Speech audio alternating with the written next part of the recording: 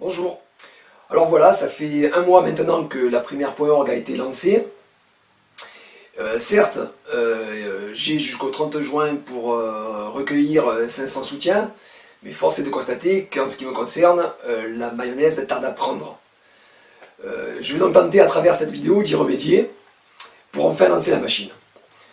Je peux actuellement classer en 3 catégories toutes les personnes avec qui j'ai pu discuter de ma démarche. La première catégorie concerne celles et ceux qui m'ont apporté leur soutien. Je les en remercie et je m'adresserai plus particulièrement à eux à la fin de cette vidéo. La deuxième catégorie, et je respecte leur choix, est celle des gens qui n'en ont rien à faire. Alors soit parce qu'ils ont déjà un candidat pour qui ils comptent voter en 2017, un candidat traditionnel, soit parce que tout simplement ils estiment que leur vie actuelle leur convient parfaitement et que de toute façon, quel que soit le candidat qui sera élu, ça ne changera rien pour eux, ils arriveront toujours à s'en tirer. Et enfin la troisième catégorie, ceux qui ne croient pas dans la primaire.org et ou qui ne croient pas dans ma candidature. Alors parfois la frontière avec le groupe précédent est assez mince, et bien paradoxalement c'est à ces personnes-là que je veux vraiment m'adresser. C'est ces personnes-là qui me motivent encore plus qu'il y a un mois pour aller au bout de ma démarche.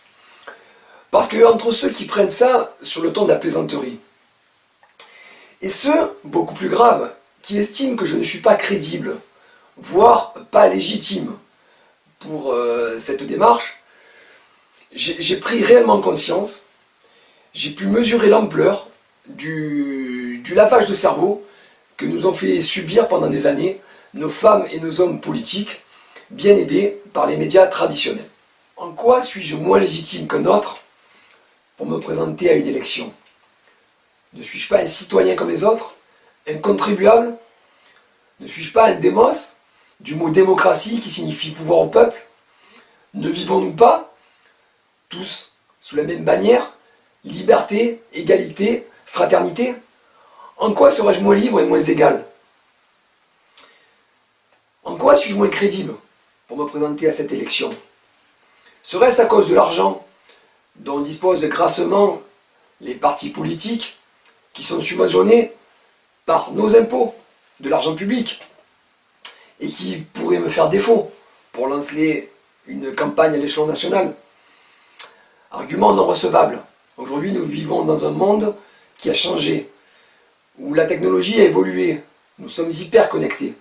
Cette vidéo, si vous le souhaitez, si vous le désirez, peut faire le tour de France, entrer dans tous les foyers, en moins de temps qu'il ne faut pour le dire. En moins de temps qu'il ne faudra aux militants des partis politiques pour coller la première affiche. Alors en quoi suis-je moins crédible? Serait-ce à cause de mon inexpérience en tant qu'élu? Argument non recevable.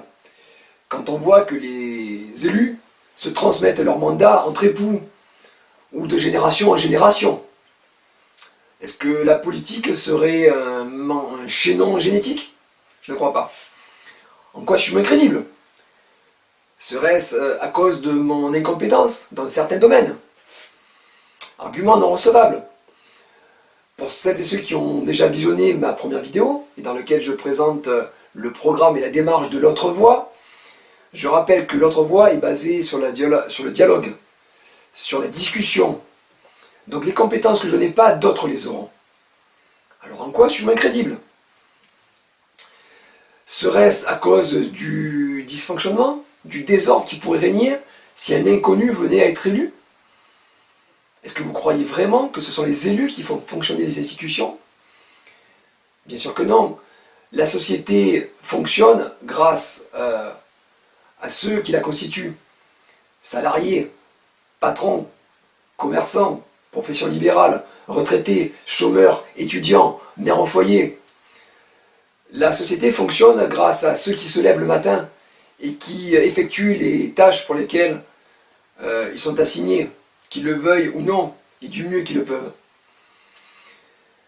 Alors, est-ce que je suis moins sincère qu'un président qui a pondu 60 mesures pour redresser la France et qui fait tout et son contraire?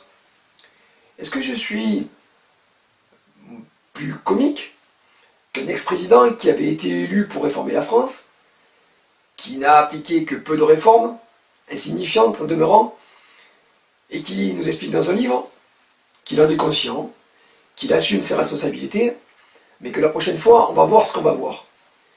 Est-ce que je suis plus utopiste qu'une candidate qui nous promet qu'elle va nous sortir de l'euro et de l'Europe? Ou plus utopiste qu'un autre candidat qui nous promet qu'il va combattre la finance mondiale?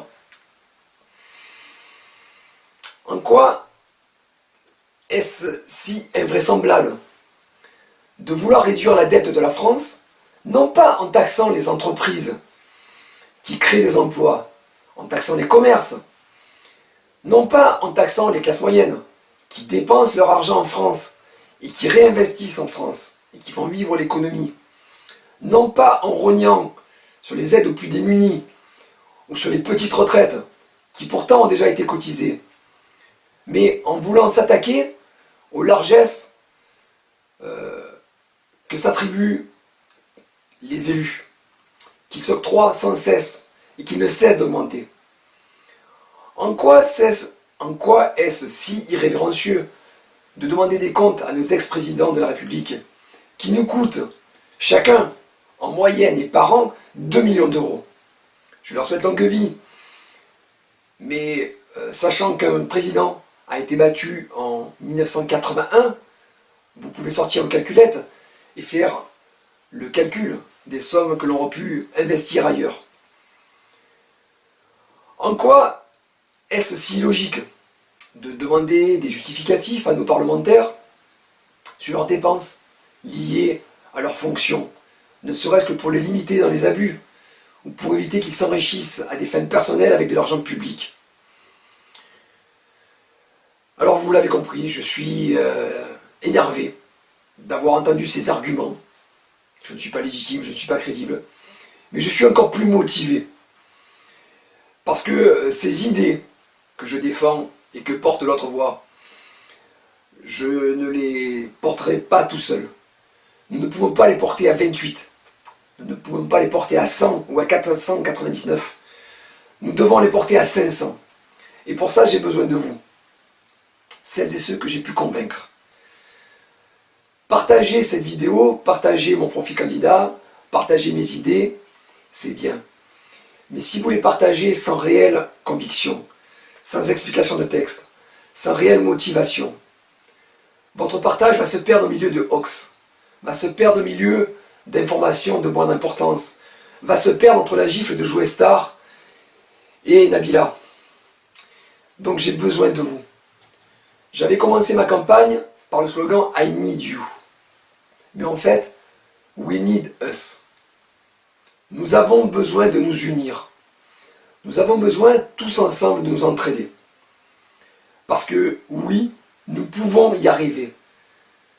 Non, je ne vais pas être élu président de la République. Je ne serai probablement pas le candidat de la primaire.org, parce qu'il y en aura un. Je ne serai peut-être pas, après le 30 juin, encore parmi les candidats en lice. Mais par contre, demain, chacun, nous pouvons nous investir localement dans la politique et reprendre nos vies en main. Nous pouvons redevenir indépendants et acteurs de nos vies. Alors je compte sur vous et je vous donne rendez-vous dans un mois pour la dernière vidéo et la dernière ligne droite. Merci de m'avoir écouté et regardé.